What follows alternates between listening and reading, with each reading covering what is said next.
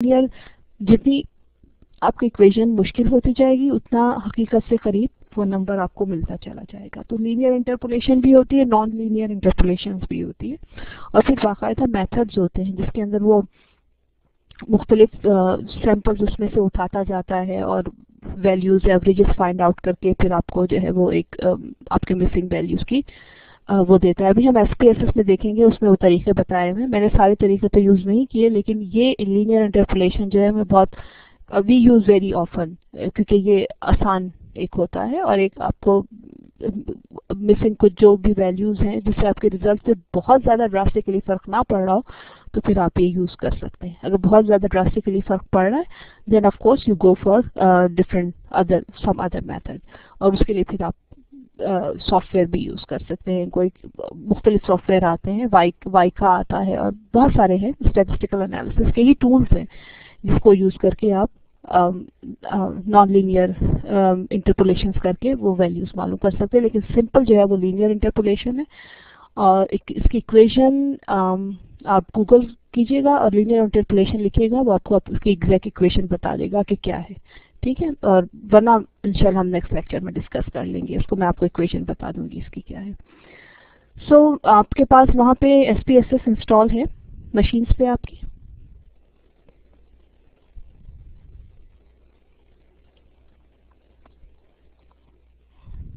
साद, नवीद, आप लोग की मशीन पे है? नॉट येट, ओके, चलें ठीक है। तो मेरे पास ये स्टूडेंट वर्जन है जो मैंने इस क्लास के लिए यूज़ करना है। सो लेट्स गो, और आप मुझे बताइएगा कि आप लोगों को जब मैं ये ओपन करती हूँ, can you see this window? आपको ये विंडो नज़र आ रही है SPSS की? Okay, let me how do I share this here?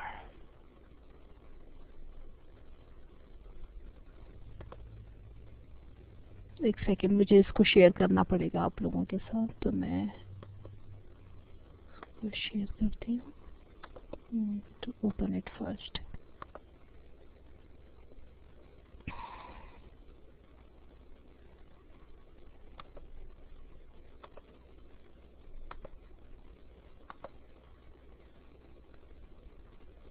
Okay, अब आप लोगों को नज़र आ रहा है ये विंडो जिसमें ये SPSS सॉफ्टवेयर ओपन है? ओके, सो सबसे पहले तो चलें हम यहाँ पे एक ये फाइल खोलते हैं हाइट्स की, जो मैंने आप लोगों को भेजी थी, स्टूडेंट्स हाइट्स। ठीक है, अच्छा SPSS में क्या होता है कि आप दो तीन तरीकों से बहुत सारे फाइल्स फॉर्मेट्स के अंदर आप मतलब मुख्तलिफ डेटा, आपके डेटा सेट जो है वो डिफरेंट फॉर्मेट्स में हो सकते हैं, and then you can bring it into SPSS। Usually सबसे आसान तरीका ये है कि आप कोई भी डेटा एक्सेल में सेव करें and then bring it into SPSS, फिर उसको SPSS के फॉर्मेट में सेव कर लें। So we go here, we go to the open data. अच्छा, यहाँ आपको दो चीज़ें नज़र आ रही है, one is data, the other is output. You can open the data to manipulate. You can even save an output and then open it next time, ताकि आपको फिर और जितने आप उसमें काम करें वो एक ही आउटपुट फाइल के अंदर सारा सेव होता रहे। So we'll open the data, और हमें यहाँ पे ये विंडो देख रहे हैं। Let's see, where have I? Okay, and statistics। और अब आप यहाँ देखेंगे कि मुझको विंडो बिल्कुल ब्लैंक है, बिकॉज कि मैंने SPSS के फॉर्मेट में कोई फाइल सेव नहीं की हुई। हाउएवर जब मैं I go to this drop down menu, मुझे यहाँ पे मुख्तलिफ ऑप्शंस नज़र आ रहे हैं। सो आई सेलेक्ट एक्सेल, और अब एक्सेल के फॉर्मेट में मेरे पास फाइल है।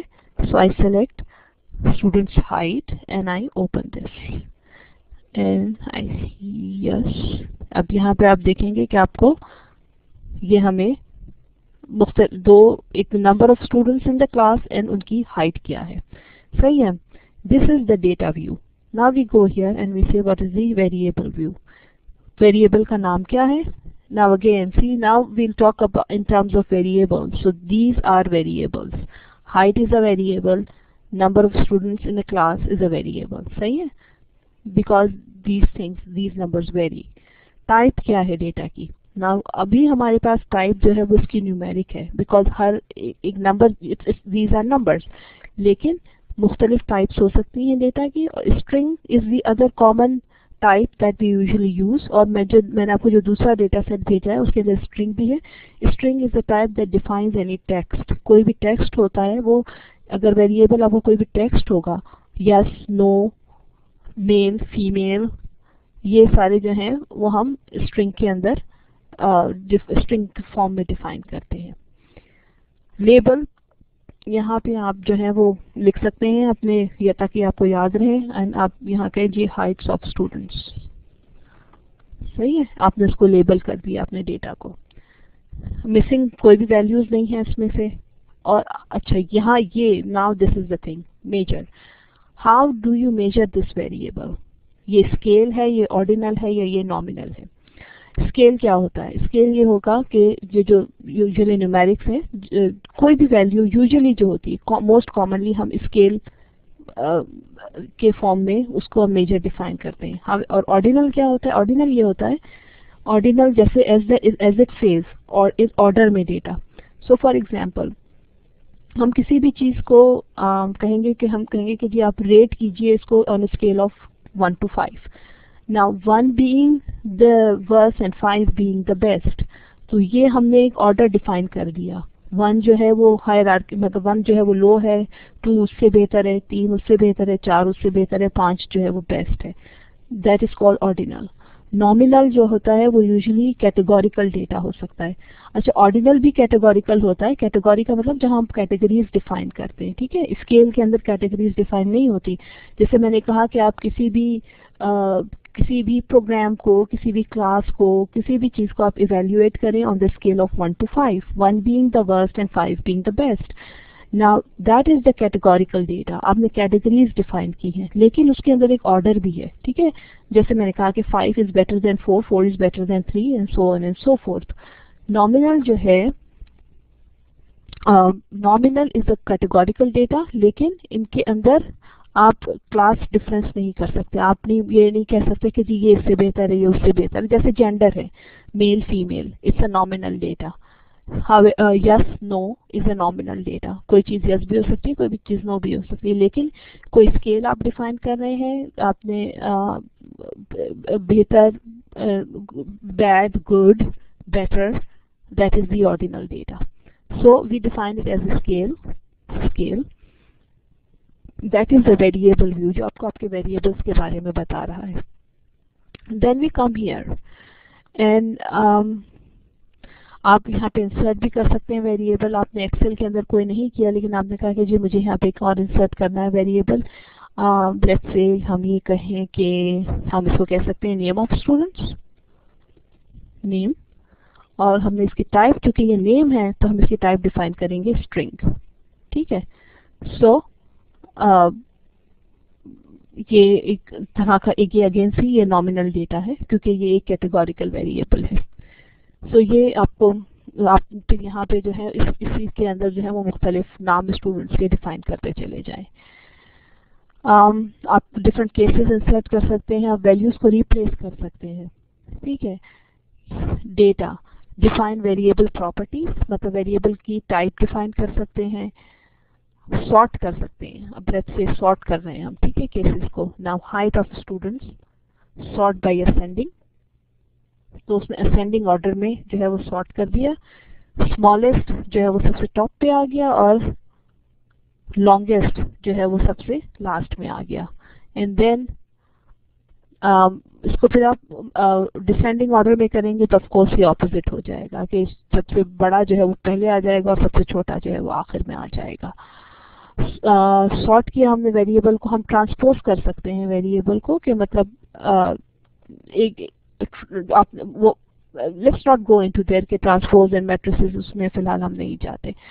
हम एक ही फाइल को स्प्लिट कर सकते हैं। अच्छा, फाइल को स्प्लिट करने की हमें क्या जरूरत पड़ गई, ठीक है, क्यों करेंगे हम?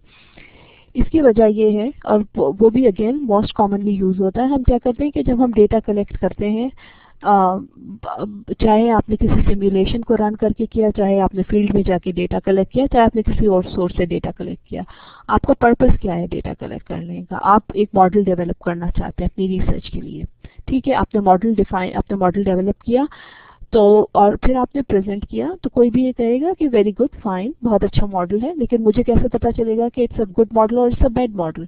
मतलब how well does it define the problem?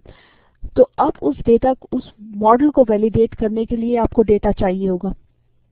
तो या तो आप दोबारा फील्ड पे जाएं, या आप दोबारा सिमुलेशन रन करके डेटा कलेक्ट करें, या आप ये कर सकते हैं कि जी ये जो, अगर आप फॉर एग्जांपल हम स्टूडेंट्स के हाइट पे बेस करके एक मॉडल बनाते हैं, तो हमारे पास 100 वैल्यूज हैं।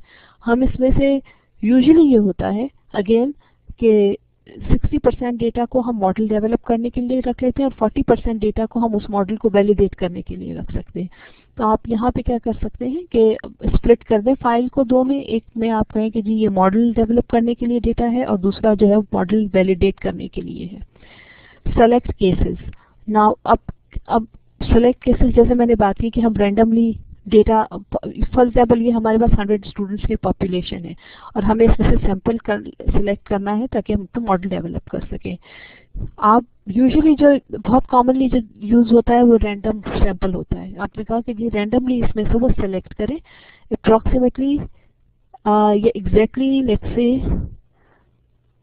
Case from the let's say 60% हम यहाँ पे डिफाइन कर देते हैं। हमने कहा कि जी 60% को वो सेलेक्ट कर ले, और देखिए यहाँ पे उसने क्या किया, आपको रैंडमली सेलेक्ट करके कह दिया। तो आप वो जिसके साथ ये बार है, आप उसको, ये 40% वैल्यूज है, इस 40% को जो है वो आप, और यहाँ पे देखिए उसने फिल्टर भी किया है हर एक के साथ। जहाँ पे उसने क्रॉस किया है, 0 डिफाइन किया है। 0 डिफाइन मतलब ये कि उसने आपके डेटा में से ये वैल्यूज निकाल दी।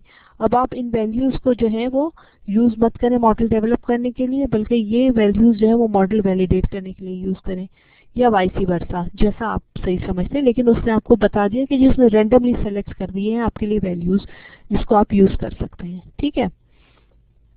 सो देन यू ट्रांसफॉर्म, आप यहाँ पे कंप्यूट कर सकते हैं वेरिएबल्स को। कंप्यूट कैसे कर सकते हैं कि आपको एक वैल्यू पता है, दो वैल्यूज पता है, आपने उसको यूज करके कोई जो है वो थर्ड वैल्यू कंप्यूट की है, या यहाँ पे आपको कोई नंबर, आपने टारगेट वेरिएबल डिफाइन किया, हाइट्स, या for example weight of a person, वो डिपेंड करता है उसकी हाइट पे और किसी और वैल्यू पे। तो आपने उसके लिए इक्वेशन डिफाइन कर दी और वो आपको फिर सबके लिए कंप्यूट कर देगा। Okay, replace missing values, here it comes. See यहाँ पे आपने मेथड देखे रिप्लेस मिसिंग वैल्यूज के, लीनियर इंटरपोलेशन है, median of nearby points हैं, ये सब मुख्तलिफ जो है वो मेथड्स हैं जिसको आप यूज करके मिसिंग वैल्यूज फाइंड आउट कर सकते हैं, ठीक है। और linear interpolation again it's the most commonly used method to do the linear interpolation, to find out the missing values.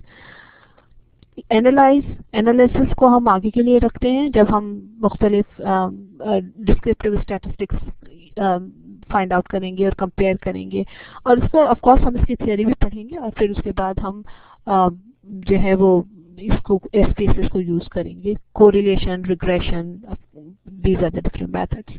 So let's come to the graph now. To do the graphs हम दूसरा data set open करते हैं, okay, excel and speed data, क्योंकि इसमें बहुत सारे variables हैं तो इसलिए मैं इसको यूज कर रही हूँ। Okay, there we go. अब यहाँ पर आप देखें एक से ज्यादा वेरिएबल्स हैं, और ये मतलब ये डेटा जो है वो मैंने अपने डिसर्टेशन के लिए कलेक्ट किया था। उसका कुछ मतलब it's not the entire data set, it's some part of that data set. Speed data, ये स्पीड डेटा मतलब गाड़ियों की जो एक्चुअल स्पीड्स हैं ये उसका डेटा है। Posted speed limit, PSL is the posted speed limit क्या थी। फिर लेन, मुख्तलिफ जो लेन्स होती हैं